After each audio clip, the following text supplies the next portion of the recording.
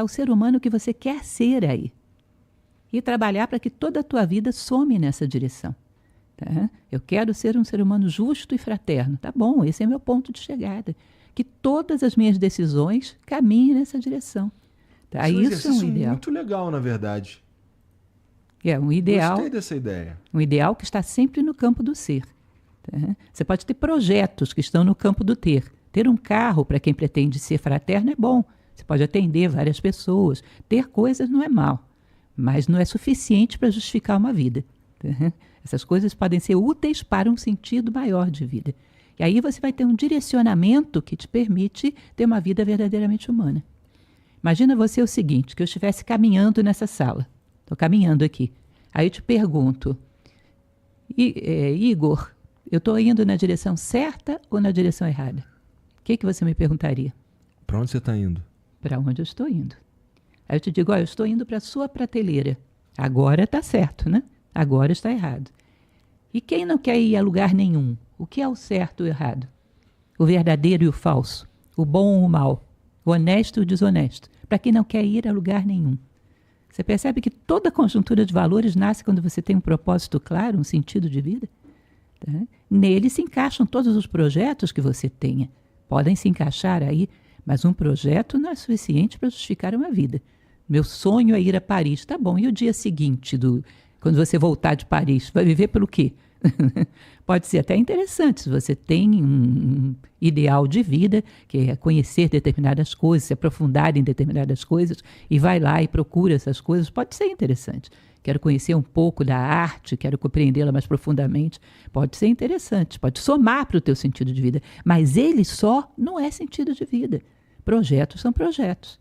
Hoje você para uma pessoa na rua e pergunta para ela qual é o seu sentido de vida, ela vai te falar de um projeto. Eu quero ter uma casa, um carro, quero viajar pelo mundo. Ela vai te falar de um projeto. E quando ela atingir isso, o que vem depois? Vai ter que inventar outra coisa. Aí vai chegar um determinado momento que fica entediado, porque vai chegar à conclusão que já inventou de tudo e não se satisfez. Não encontrou uma resposta essencial para a vida. Ou vai acontecer algo parecido com o que aconteceu comigo, que foi... E agora? Para que eu existo? Putz, rapaz, não era ganhar dinheiro o jogo, né? O jogo era outro. Não era, sei lá, ter as paradas. Não era ter um carro, o jogo. Era outra parada. E aí eu passei por uma fase assim meio depressiva até, pra entender tudo isso que você tá falando aí.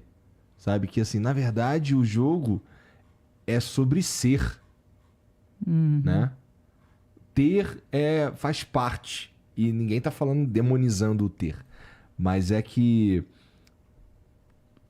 você só... Não sei, eu pelo menos foi o que eu encontrei pra mim.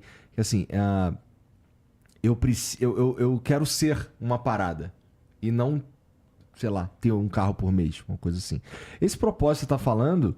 Não estamos falando de um propósito divino, estamos falando de um... valor humano. De um ser humano que parou e pensou e estipulou para si próprio um propósito. Isso.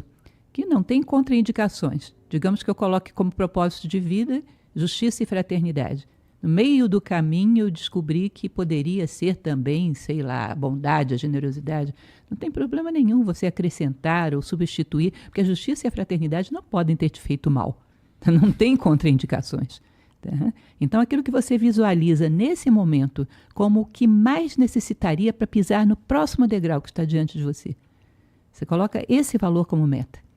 O nível de ser humano que eu sou nesse momento. O que eu necessitaria para poder passar para um outro nível de consciência. Para me tornar um ser humano um pouco melhor. Percebe o que está te impedindo de levantar a perna e colocar no próximo degrau. Ou seja, a virtude que atuaria aí, que te ajudaria a dar esse passo. Coloca ela como meta. Às vezes não é uma resposta muito óbvia também, né, Lúcia? O que me leva para o próximo passo? Qual o ser humano que eu tenho que ser para avançar? Às vezes eu consigo imaginar que pode ter um leque de coisas que eu posso ser, que eu posso escolher, não? Às vezes a gente foge um pouco da resposta porque ela é bem incômoda. Tá. Né? Ela é bem incômoda, porque se eu perguntar qual é a virtude que te falta mais na tua vida como um todo, pode ser complicada. Mas para pisar no próximo degrau, em geral, a gente tem uma certa ideia. Eu quero ser uma pessoa bem-sucedida e não levanto da cama pela manhã de jeito nenhum. Você sabe que você está lutando contra a preguiça. Não, o que eu necessito é, sei lá, desenvolver a virtude da reflexão. Tá bom, ela é boa. Mas o que você está precisando vencer agora é a preguiça, meu caro. O que está te freando nesse momento, em geral, a gente sabe. Em geral, sabe. Faz sentido. E me pegou essa daí, tá? Você atirou no escuro e me acertou. Eu costumo ser muito ruim de pontaria, me desculpa. Não, pegou em cheio, inclusive. O lance de acordar cedo, por exemplo. Essa foi pra mim. E assim, cara, de fato. Então a gente tá falando mesmo de umas paradas muito mais práticas do que eu tava pensando. Eu tava pensando em umas, sei lá, o próximo passo eu preciso, transcender tal parada. Não, eu só preciso parar de ser preguiçoso. O próximo passo, a ferramenta que você precisa é essa. Tá? E vencendo as coisas que te travam. E aí você sobe um degrau de consciência, vê as coisas de maneira mais ampla, mais clara, aproxima um pouquinho dessa visão verdadeira que estamos buscando. É menos uma venda nos olhos. Preguiças era uma venda nos teus olhos, não estava te deixando ver um monte de possibilidades. Agora você as vê. Será que existem pessoas onde a preguiça, por exemplo, não é uma venda? Eu acho que todos temos algum grau de todos os defeitos. Mas o problema é, quando eu vejo, eu sei que tenho e cuido, não tem perigo. Se eu chegar para uma pessoa e disser, olha, você é preguiçoso, eu sei, professora, mas eu estou lutando com isso, viu? Estou de olho, estou tentando vencer. Eu não me preocupo com ela. Agora, se você chega para uma pessoa e diz, você é preguiçoso, eu, de jeito nenhum, esse vai se dar mal. Esse vai se dar mal. Todos nós temos a dose de todos os defeitos, porque somos um microcosmo, como diz Platão, né? Um microcosmo dentro do macrocosmo, a sua imagem e semelhança. O problema é as coisas que estão sob o teu controle consciente e as que não estão. Tá? Como dizia Carl Jung, quando você vira as costas para um problema, ele não deixa de existir, ele te pega pelas costas. Tá? Então, quando temos um controle consciente das coisas, elas não nos pegam mais. Elas ficam ali sob controle. Tá? Mas para você perceber esse tipo de coisa, você precisa estar procurando mesmo, né? Com certeza. Não dá para você... Isso não cai do céu, uma informação como essa. Tipo, você precisa estar mesmo buscando ser um ser melhor, né? Se você não quer capinar o campo, você nunca vai ir atrás de enxada. Para quê? O que eu vou fazer com enxada? Se eu quero melhorar a mim mesmo, aperfeiçoar a mim mesmo como ser humano, eu vou procurar as ferramentas que servem para isso, porque agora eu tenho alguma coisa para fazer. Se eu não tenho sentido nenhum, por que procuraria? Por que iria atrás dessas coisas? Majoritariamente o teu trabalho está em ajudar os que já, eu vou usar aqui a palavra despertos, ou para ajudar a despertar os demais? Na verdade, como eu te falei, eu não posso despertar os demais. Eu posso ajudar no parto daqueles que estão grávidos. Né? Posso fazê-lo. Mas quem quiser ouvir, quem tiver interesse, nós estamos falando, jogando as nossas sementes.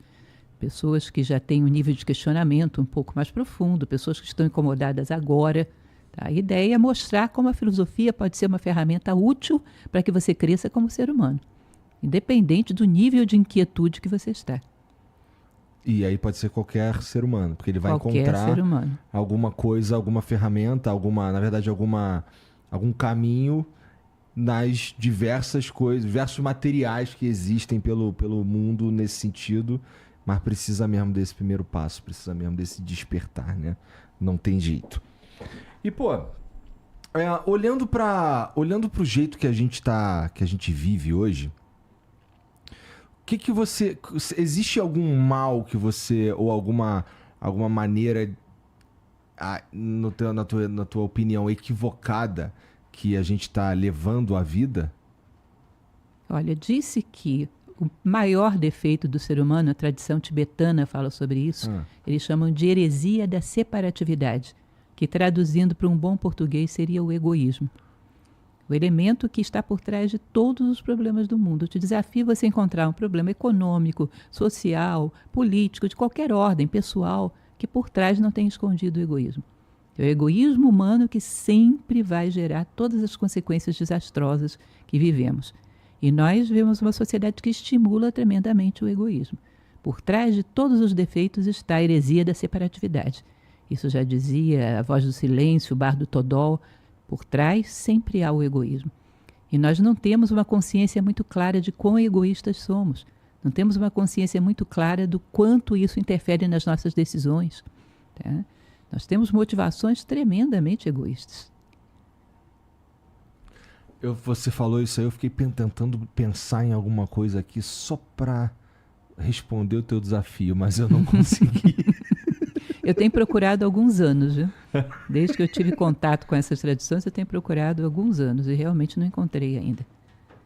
As coisas mais simples, as decisões mais simples, quando você vê, você está pensando só em você, você não considerou a pessoa do lado, você não considerou que poderia esperar um pouco mais para englobar outras situações que favoreceriam a outros. Ou seja, nas coisas mais simples que você decide no dia a dia, até a posição que você tomou no trânsito, você não considerou mais ninguém além de você mesmo. Está entranhado em coisas pequenas o tempo todo. Você já viu o elevador quando abre a porta, que as pessoas que estavam esperando querem entrar antes que os que estavam lá dentro saiam? O que você acha que está por trás disso? Egoísmo. Egoísmo. Eu quero resolver o meu problema primeiro do que você resolver o seu. Avião, aquela coisa engraçada que todo mundo levanta e uns querem passar por cima dos outros na hora de descer do avião. Nas coisas simples, você encontra egoísmo entranhado em tudo. Uhum. Como é que foi a tua construção como filósofa? Que você falou aí, desde que eu tive contato com essas tradições tibetanas, alguma coisa assim, né? Uhum. A tua construção, como é que ela aconteceu? Como é que foi o teu caminho para se tornar quem você é hoje? Eu não sei se eu estou entendendo bem o que você está perguntando, mas em Nova Acrópole a gente estuda a filosofia ocidental em toda a sua estrutura, em toda a sua tradição, mas também considera que a busca da verdade em povos do Oriente também é uma forma de filosofia. As 6 darshanas indianas, a busca da sabedoria no Egito, porque filosofia é amor à sabedoria. Philos, sophos, philos, sofia. Então você acha que os egípcios amavam o quê? Os hindus amavam o quê? Então a gente sempre se interessa pelas respostas que esses povos deram a esses enigmas. Como é que esses caras pensaram esse problema? Vou lá ver como é que esses Com caras certeza. pensaram esse problema. E, em geral, todos pensaram. Os problemas fundamentais da existência humana, todos pensaram. Todos têm um ponto de vista. E a gente pode aprender. Nós achamos que o passado não tem nada a nos oferecer porque nós temos internet, temos aviões a jato. Já te falei, evoluiu a máquina, não necessariamente o homem. Hoje, então, dá para dizer que, bom, todo dia é o melhor dia para estudar filosofia, para se inteirar, para se interessar pelo assunto, porque todo dia alguém pensou em alguma coisa e eu posso analisar o jeito que aquele cara pensou aquele problema X. Pô, e a gente já tem a humanidade há um tempão pensando esse tipo de coisa. Isso significa, então, que todo dia é o melhor dia para a gente começar. Todo dia, o dia em que você despertou para uma inquietude, ou seja, o dia que você se descobriu grávido, é o melhor dia para começar. Não importa que idade você tenha, não importa as condições com que você viva, o dia que a inquietude nasceu é o melhor dia para começar. Antes que ela nasça, não tem jeito. Esse livro aí é sobre o quê? Esse livro é um livro de poemas filosóficos que eu trouxe para te dar de presente. Ah, obrigado. Eu sempre gostei muito de escrever poesia e faço poesias inspiradas na filosofia. Pô, legal. Capa bonita e tal. Mas esse daqui é talvez o último livro que você escreveu. Não, não é. O último são comentários sobre o Tao Te Ching. Quem é Tao Te Ching? Tao Te Ching é a obra mestra do taoísmo, supostamente escrita por Lao Tse. Tá. É um livro de aforismos muito curtos e, em geral, as pessoas têm uma certa dificuldade de entendê-los. Cada capítulo é uma frase, 2, às vezes um pouco mais, mas são capítulos muito curtos. E aí eu fiz uma série de comentários sobre cada aforismo do Tao Te Ching. Tá. E isso daí também tem a ver com a maneira de... um jeito de enxergar a vida. Com certeza. Você vai tirar de dentro do Tao Te Ching sugestões maravilhosas sobre como se posicionar diante da vida. Poema. Eu não sei se você gosta de poesia, hoje nem todo mundo gosta. Não, né? eu acho interessante você escrever poema não porque... é porque, assim, eu esperaria uma parada mais... um texto filosófico longo sobre justamente pensamentos sobre... ou análise sobre o Tao Te Ching. Por que poema? Mais fácil de conectar com as pessoas? Não, eu escrevo em prosa também, tenho um livro de crônicas também. Mas eu sempre gostei de poesia, gostava de poesia e quando eu encontrei assunto para colocar dentro da poesia, foi perfeito. Porque é muito complicado você ter uma embalagem vazia, né? Falar de nada. Falar de nada não é meio que uma máxima hoje em dia? É, com certeza. Não é muito comunicação, é geração de ruído. Ao final, ninguém sai melhor por causa daquela conversa. Ninguém cresce por causa daquela conversa. Não acontece tese, antítese e síntese, né? Que é o princípio da dialética. Ninguém sai acrescido por aquela conversa. E por que será? Porque a gente não está muito interessado como ser humano nisso mesmo? Mano, meio que sempre foi assim também? Eu já te falei, nós tivemos problemas, os mesmos que temos hoje ao longo da história, em todos os tempos. Sempre foi assim. Tá? E sempre houve uma minoria que gostava assim, de uma conversa um pouco mais profunda, um pouco mais instrutiva. Tá? Hoje temos isso também. Quando você não desperta para um sentido mais humano, maior para a vida é sobreviver de maneira prazerosa. Então, tudo é utilizado para gerar algum tipo de prazer. Então, jogar conversa fora com amigos pode ser até divertido. Mas só fazer isso com os seus amigos, não tem nenhum outro tipo de assunto, é muito redutivo, né? Que isso, cara? O cara mandou um salve, salve família do nada ali. Pois é, eu também... eu gosto de... Eu acho que o Flow, esse programa aqui, tem uma parada que eu gosto de acreditar sobre ele. Que é... as pessoas, elas ouvem o que a gente está falando e elas pegam o que a gente produziu na mesa, pegam a conversa que a gente teve aqui na mesa e aplicam isso que, pô, eu me recuso a chamar de o melhor jeito de pensar ou a verdade, qualquer coisa assim, porque, né? Sou um ser humano. E usem isso daí na vida delas de alguma forma. Ou para comparar com o que elas já pensam, ou para adicionar um ponto de vista novo, mas sempre para fazer as pessoas pensarem. Porque eu sinto que, como a gente conversou lá no começo, as pessoas estão com preguiça de pensar. E eu não estou falando para as pessoas serem intelectuais do ponto de vista de se tornarem Wikipédias ambulantes e tal. Eu estou falando do ponto de vista de mesmo prático, de até como votar melhor, sabe? Eu gosto de acreditar que eu tento contribuir, pelo menos, para que a gente consiga alcançar um lugar em que a gente pense e não delegue o ato de pensar a um terceiro, né? Uma das coisas que eu tenho mais tédio é o cara falar para mim, por exemplo, se eu pergunto a ele uma opinião sobre qualquer assunto e o cara dá a opinião dele e eu pergunto por quê e ele fala porque X cara falou isso. Putz, cara, eu não sei se eu quero conversar com esse cara. Às vezes não fala, mas em geral é isso. Às vezes ele não reconhece. Falam, sabia? Tem uns que falam, não, porque eu penso isso porque eu li nesse livro, que seja, sabe? Cara, na minha opinião, você devia ler o livro para mais de um livro, inclusive, e se puder, ler um livro que contradiz aquele livro, né? Ou houve uma opinião que contradiga a opinião primeira, para que você, né, tenha uma visão um pouco mais ampla da coisa do que pode ser que seja verdade. Mas também falta, mas é uma parada, é um caminho que eu tento seguir, que é o de, cara, vamos pensar um pouquinho. Eu sei que assim, eu não sou... eu nem me proponho a ser intelectual nem nada disso, mas dá pra gente pensar um pouco na vida e tomar decisões melhores no fim das contas, né? Uhum. Mais ou menos isso que eu gostaria que acontecesse com esse programa aqui. Então, pra mim, eu acho que você falou do ego, que o ego tá por trás dos maiores problemas da humanidade. E o ego, ele pega nisso também, no lance do cara simplesmente acreditar que ele tem a melhor visão de mundo possível e é assim que o mundo fica melhor. E é assim que a sociedade caminha para um lugar melhor e tal. Porque esses caras, eles acabam meio, na minha opinião, cegos pela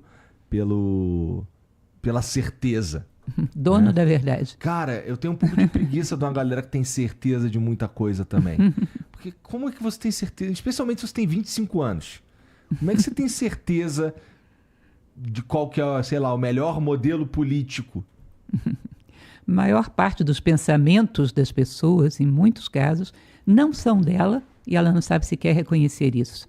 Deixa eu te contar uma historinha. Você tem paciência para ouvir? Porra, eu adoraria ouvir a tua história, Lúcia. Existe um princípio dentro do Kybalion, que tem origem egípcia, essa tradição, um princípio que é chamado do gênero mental. O que é o gênero mental? Diz que em todas as coisas, em todos os comportamentos, sentimentos, tudo, o ser humano é feito de gêneros, uma combinação de opostos. E que a gente teria 2 gêneros também no nosso pensamento, na forma de pensar. Tem o gênero masculino no pensamento, todos têm. Homens e mulheres, todos têm os 2 gêneros. Tem o gênero masculino, que é aquele que joga a semente, insemina a ideia. E tem a mente feminina, que é aquela que recebe essa ideia, nutre, desenvolve e depois gera alguma obra, dá à luz, né? Gera algum resultado prático daquilo. O ideal seria que ambas as coisas acontecessem dentro de nós. Eu refleti, eu cheguei a uma ideia e eu inseminei a minha mente com essa ideia. E eu desenvolvo essa ideia e agora é uma obra minha. A maior parte das vezes, o que acontece? A nossa mente é inseminada pela mente masculina de outras pessoas. É como se eu chegasse para você e dissesse, olha, eu acho que ele não gosta muito de você. Não sei, eu andei olhando, eu vi ele, não me leve a sério, pode ser que eu esteja errada, mas eu acho. Aí vou para o Japão, você não me vê mais. Mas você começa a observar, hoje ele passou e não me cumprimentou. Ele não sei o quê. Ou seja, você vai gestando essa semente, vai desenvolvendo ela. Um belo dia isso vai gerar um filho, você vai romper com ele. Percebe? O livro, inclusive, se chama isso, se fala que isso é como se fosse o ovo de cuco. Você conhece aquele passarinho cuco que chega no ninho dos outros pássaros, coloca os ovos para fora e coloca os dele? Aí o outro passarinho, pardalzinho, chega lá, choca aqueles ovos. Quando nasce um passarinho, é filho meu, fui eu que choquei. Mas ele não sabe que ele foi inseminado com coisas que não eram dele. Ele não sabe localizar qual foi a ideia que gerou aquele raciocínio. Onde foi que te jogaram a semente? E nós estamos recebendo sementes o tempo todo. O tempo todo você passa pelo trânsito, é um outdoor, é uma letra de uma música, o tempo todo jogando sementes. A gente assimila isso às vezes de uma maneira meio inconsciente e desenvolve e acha, é filho meu, fui eu que gestei, e não é. Então, quando você olha para o plano mental da gente, a maioria das ideias não foram criadas por nós. Quando a gente tem consciência disso, pelo menos tenta reverter, tenta ficar mais cuidadoso. Agora, quem não tem, não assume de forma alguma que está sendo pensado e não pensando. Quando você considera um país do tamanho do Brasil, 200 milhões, que deve estar em torno disso, né? 200 milhões de pessoas tendo uma opinião só ou duas, sendo que cada ser humano é absolutamente único e irrepetível, é provável que tenha um pensando aí, os outros 99 milhões ou 199 milhões estejam clonando. Não é isso? Porque não é possível que todo mundo pensou e coincidiu numa opinião idêntica. Não é possível. Tá? Como dizia o imperador Marco Aurélio, cada ser humano que morre é um prejuízo para mim, porque é um universo ímpar e irrepetível com o qual eu deixei de travar contato. Cada um de nós é ímpar e irrepetível. Se estivéssemos realmente refletindo, pensando por nós mesmos, teríamos ideias originais, que somariam com as outras, mas ideias originais, próprias. Todo mundo pensando igualzinho, provavelmente ninguém está pensando. Esse lance da gente receber essas ideias o tempo inteiro, não acho que seja necessariamente ruim. É um problema quando a gente fecha os olhos e passa a acreditar que só existem aquelas ideias e que eu não sou nem capaz de gerar uma ideia nova a partir, às vezes, de algo que me foi dado.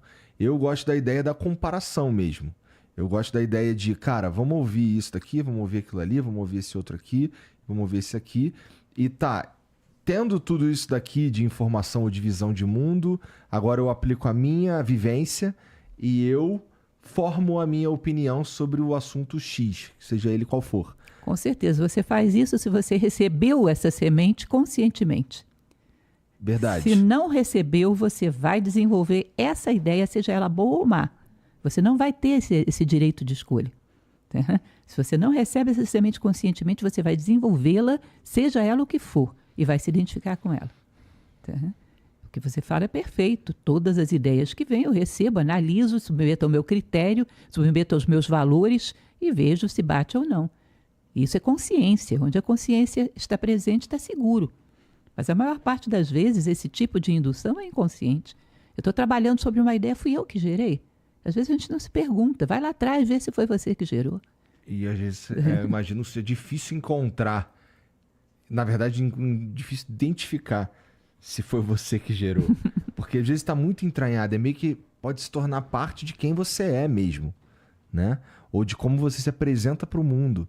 Já vi acontecendo, inclusive, na internet é até um pouco comum isso, do cara que ele se identificou tanto com uma ideia que talvez 1, 2, 5 anos depois ele nem pense mais daquele jeito, mas ele tá tão identificado com aquilo que agora ele tá fadado a ser algo que não é ele, para poder manter uma certa relevância ou para poder manter uma certa, sei lá, até um ganho financeiro mesmo. E o contrário também é verdade. Eu também percebo que tem uma galera que muda demais e de acordo com a onda, sabe? Então, hoje sei lá, é bonito eu falar bem desse assunto. Mas aí depois de amanhã, que agora o bonito é falar de um outro assunto ou ser de uma outra maneira, acontece esse movimento assim meio porque sim, sabe? Cara, isso acontece com uma frequência que é até meio... Eu sempre sinto tédio quando eu vejo isso. Eu fico, cara, de novo, já vi isso aí 10 vezes. Você anda bem entediado ultimamente. Eu ando, cara. Pior que eu ando mesmo. Assim, quando eu falo pra você que a humanidade tinha que acabar, às vezes eu sinto isso de verdade. É meio merda, mas eu sinto isso de verdade. Porque, cara, eu não sei como é que a gente melhora como ser humano mesmo e tal. E assim, e eu paro pra pensar que, cara, será que o que eu tô pensando que é uma humanidade melhor, de fato é uma humanidade melhor? Porque, pessoalmente, eu não tenho certeza de muita coisa. Então, eu também posso estar enganado, né? Vai ver que tem um outro jeito de levar a vida ou de enxergar a realidade que nem passou pela minha cabeça. Então, pô, aí eu começo a ver... Mas assim, pelo que eu vivi, eu vendo coisas assim acontecendo, eu fico, putz, cara, mas que chato, que entediante. Ai, eu não quero, sei lá, se eu puder não ter contato com esse tipo de coisa, eu prefiro. O que pra mim é meio ruim, porque eu acho que eu cresço como ser humano a partir do momento que eu me exponho a mais ideias, né? Tem a capacidade de discernir, selecionar, escolher o bom grão, como se diz, né? Agora, crescer como ser humano, você vai ter que usar um pouco do princípio bíblico. Pelas vossas obras vos conhecerei. Dá uma olhada no seu dia e vê se você foi agregando valor pelos lugares onde você esteve, ou se foi deixando terra arrasada. Dá uma olhada pelos lugares onde você está vivendo, por onde está transitando. A tua passagem gera o quê? Se nós nos conhecemos pelos nossos atos, vamos nos conhecer pelo quê? Dá uma olhada pelo impacto que você tem tido no mundo. Ou não é nenhum, ou é desastroso. Tá? Significa que por aí eu não estou crescendo. Mas voltando um pouco atrás, naquele argumento que a gente estava falando, a questão da ideia original, ser consciente ou não, o grande problema é que nós não estamos muito acostumados a gerar ideias originais. Isso exige que você pense a vida, que você reflita, que você chegue a conclusões próprias, que você tenha o hábito da reflexão. A partir das experiências de vida que eu tenho, qual é a conclusão que eu chego? Tá? Isso aqui, isso aqui, isso aqui. A partir de tudo que eu tenho visto e vivido, qual é a conclusão que eu chego? A gente não tem esse hábito. Então fica muito vulnerável para o ovo de cuco. Tá? Nós não temos sequer confiança nas nossas experiências de vida. Você percebe, por exemplo, pegando o seu argumento também, isso é um argumento que hoje existe muito na mídia, inclusive. A humanidade não presta para nada. Não presta para coisa nenhuma. É toda corrompida, é toda isso, toda aquilo. Eu já parei para pensar, ao longo dos meus 59 anos de vida, As pessoas que eu conheci, a maioria delas eram pessoas corruptas, degeneradas moralmente, pessoas tão más assim. Não, 95% das pessoas que eu conheci eram pessoas que podiam não ser excepcionais, mas que queriam viver a vidinha delas, criar os filhos, fazer dos filhos o melhor possível, ou seja, eram pessoas de bem. Por que eu permito que uma mídia me convença de uma coisa que não bate com a minha experiência de vida? Eu não confio na minha experiência de vida. Eu não confio na minha reflexão, na minha análise. Então, coisas que para mim são óbvias, porque a minha experiência de vida confirma. Se alguém me diz o contrário, eu prefiro essa voz contrária. Acho engraçado, você mesmo falou um pouco sobre isso, que acontece demais na internet. Digamos que você segue um canal, segue uma instituição, segue alguma coisa na internet e gosta daquilo e acha interessante, blá, blá, blá, vem fazendo diferença na tua vida. Aí um belo dia vem um engraçadinho e diz, isso não presta para nada, isso aí está distorcendo a mentalidade. Às vezes, por uma opinião dessa, você vira as costas para um negócio que vem te beneficiando há anos. Por quê? Você confia muito na opinião pronta dos outros. É mais fácil, te dispensa de pensar. É muito mais fácil você comprar o pacote pronto. Tá? Então, são muito suscetíveis a serem manipuladas as pessoas. Têm preguiça de gerarem argumentos próprios, ideias próprias, de fecundarem a sua própria mente com reflexões próprias. Olhar para a vida, chegar a conclusões. Ou pelo menos chegar a hipóteses, né? Que depois a gente vai ver como funcionam. Tem bastante disso mesmo. Tem bastante disso na internet, da gente ir por onde tá mais fácil, por onde já pensaram. Deixa eu ver o que esse cara tá falando aqui para eu formar a minha opinião sobre algo. Que é outro termo que eu não gosto, formador de opinião. Já me chamaram de formador de opinião. Eu acho que eu tô aqui, na verdade, para ajudar as pessoas a formarem a própria opinião. Formar opinião não me interessa. Eu não quero que as pessoas pensem como eu. Eu quero que elas pensem como elas. Porque é aquilo que você falou. Cada pessoa tem uma... Cara, se a gente parar pra pensar que cada pessoa tem uma história diferente, assim, uma coisa bem prática mesmo. Cada pessoa vem de um lugar diferente. Teve uma experiência com a vida diferente. Como ela pode chegar às mesmas conclusões que eu, assim, tão rapidamente? Né? Clones. Está clonando a si próprio. Então eu não curto essa parada de você forma opinião. Eu não quero formar opinião. Não me interessa. Eu quero que as pessoas formem a própria opinião. Mas isso é muito difícil. É um trabalho de... Se eu estiver tendo algum sucesso, assim, eu não quero parecer pretencioso e tal, mas é o caminho que eu queria, era o que eu gostaria que acontecesse, mas é complicado porque tem muita gente ainda que precisa perceber que ela devia estar pensando, né? É aquilo que a gente estava falando no começo. O cara precisa estar grávido pra gente poder parir, né? Pra vocês poderem parir.